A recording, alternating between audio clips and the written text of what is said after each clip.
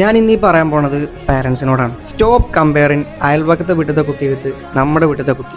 അപ്പുറത്തെ വീട്ടിലത്തെ കുട്ടി A+ വാങ്ങിയ നമ്മുടെ കുട്ടി A+ വാങ്ങണം. അപ്പുറത്തെ വീട്ടിലത്തെ കുട്ടി മെലിഞ്ഞ നമ്മുടെ കുട്ടി മെലിയണം. അഥവാ ഇനി ആ കുട്ടി തടിച്ചാലോ നമ്മുടെ കുട്ടിയും തടിച്ചണം. ഞാൻ ഈ പറയണതൊക്കെ കേൾക്കുമ്പോൾ മോർ ദാൻ 90% കുട്ടികൾക്കും പാരൻസിനും ഇത് റിലേറ്റബിൾ ആയിട്ടുള്ള കാര്യം തന്നെയാണ്.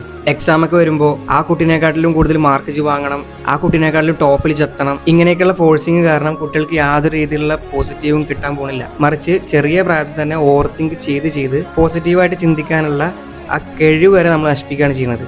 ഈവൻ ചില പാരൻസ് കുട്ടികളെ നിറം വെച്ചിട്ട് വരെ അങ്ങോട്ടും ഇങ്ങോട്ടും കമ്പയർ ചെയ്യും. അതൊക്കെ കേൾക്കുമ്പോൾ ആ ചെറിയ പ്രായത്തിൽ അവരുടെ അവസ്ഥ എന്തേക്കാരം. കുട്ടികളുടെ അടുത്തൊക്കെ നമ്മൾ ഓരോ കാര്യങ്ങൾ പറഞ്ഞ പോലെ കമ്പയർ ചെയ്യുമ്പോൾ നമ്മൾ നല്ലോണം ശ്രദ്ധിക്കണം. അവരുടെ ഇവിടെ അത് കിടക്കും, അത് പോവില്ല.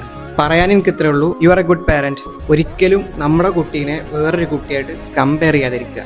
നമ്മുടെ കുട്ടിയുടെ കുറവ് എന്താണോ കൂടുതൽ എന്താണോ അത് മനസ്സിലാക്കുക. അതിനുവേണ്ടി നമുക്ക് എന്തൊക്കെ അവർക്ക് ചെയ്തു കൊടുക്കാൻ പറ്റുമോ അത് ചെയ്യുക.